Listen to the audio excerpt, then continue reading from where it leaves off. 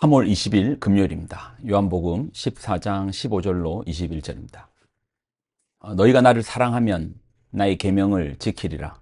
내가 아버지께 구하겠으니 그가 또 다른 보혜사를 너희에게 주사 영원토록 너희와 함께 있게 하리니 그는 진리의 영이라. 세상은 능히 그를 받지 못하나니 이는 그를 보지도 못하고 알지도 못함이라. 그러나 너희는 그를 아나니 그는 너희와 함께 거하시며 또 너희 속에 계시겠습니다. 내가 너희를 고아와 같이 버려두지 아니하고 너희에게 오리라. 조금 있으면 세상은 다시 나를 보지 못할 것이로되 너희는 나를 보리니 이는 내가 살아있고 너희도 살아있겠습니다. 그날에는 내가 아버지 안에 너희가 내 안에 내가 너희 안에 있는 것을 너희가 알리라. 나의 계명을 지키는 자라야 나를 사랑하는 자니 나를 사랑하는 자는 내 아버지께 사랑을 받을 것이요 나도 그를 사랑하여 그에게 나를 나타내리라. 아멘. 기도하겠습니다. 하나님, 주신 하나님 말씀을 귀하게 붙듭니다. 오늘 한 날도 주의 말씀 안에서 우리가 살게 하여 주옵소서. 영광을 드립니다. 예수님의 이름으로 기도드립니다. 아멘. 오늘 본문은 예수님의 떠나심, 계속 이어지는 게 예수님의 떠나심, 왔던 곳으로 돌아가심, 아버지께로 떠나심은 그 본문 속에서 이해를 해야 됩니다. 그 흐름 속에서 이해를 해야 되죠. 예수님 떠나십니다. 그럼 남은 자들은요? 예수님을 따르던 제자들은 어떻게 됩니까? 지금까지 예수님만 보고 따랐거든요. 자기들이 앞서 걸은 것이 아니라 예수님의 뒤를 보고 걸었습니다. 스스로 앞서 나가지 않았습니다. 그런데 예수님 떠나시면 제자들은 그럼 어떻게 해야 되는 겁니까? 어디로 가야 되는 겁니까? 어떤 삶을 살아야 됩니까? 그래서 예수님께서 주시는 약속이 있습니다. 16절을 보면 내가 아버지께 구하겠으니 그가 또 다른 보혜사를 너희에게 주사 영원토록 너희와 함께 있게 하리니. 보혜사가 있다. 여기서 이제 보혜사라는 말은 당시 사회에서 이제 이런 의미로 쓰였습니다. 나를 대신해서 대변해 주는 사람. 법원에서는 이런 사람을 변호사라고 하죠. 그러니 예수께서 당신을 대신해서 아버지께 구합니다. 이들에게 변호사를 붙여달라.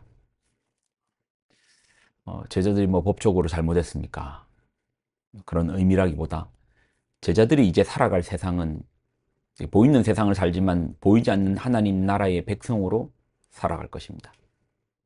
이런 그들에게는 보호자이자 후견인이 이제 필요한 거죠. 보혜사가 필요합니다. 17절로 18절 그는 진리의 영이라.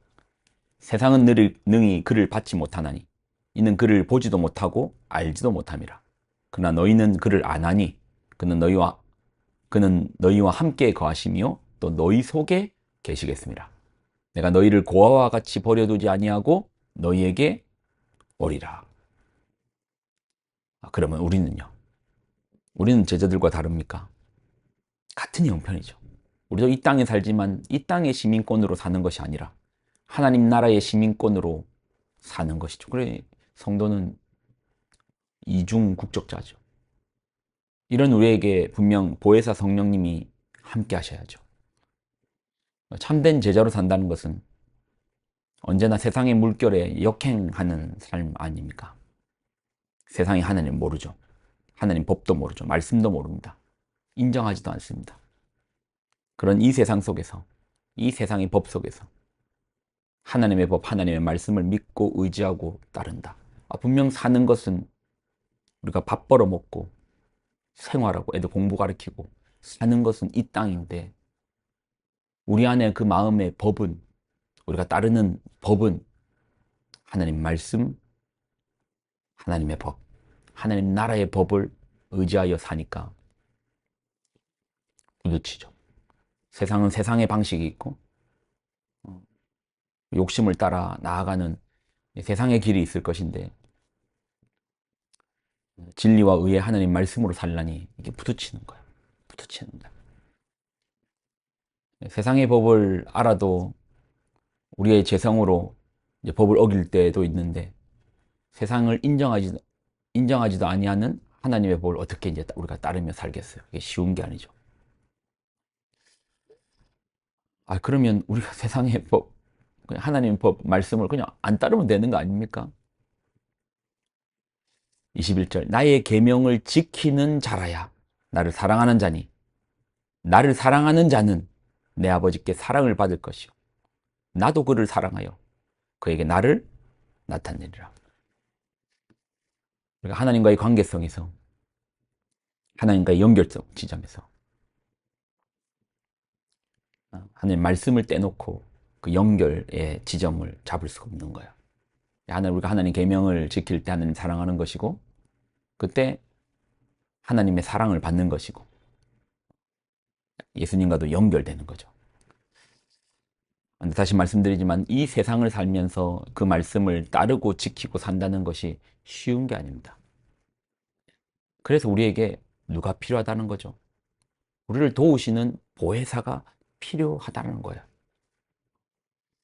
여러분 성령님을 구하십시오. 예수님 약속하신 부분입니다. 내가 너에게 성령을 보내겠다. 내가 떠나는 것이 너에게 유익이다. 왜? 성령을 보낼 것이다. 사랑하는 여러분, 성령님을 구하십시오. 하나님 말씀을 우리가 따르는 것이 어떤 억지스러운 가운데서 마치 절제함 속에서만 따르는 것이 아니라 그 사랑함 속에서 되어지는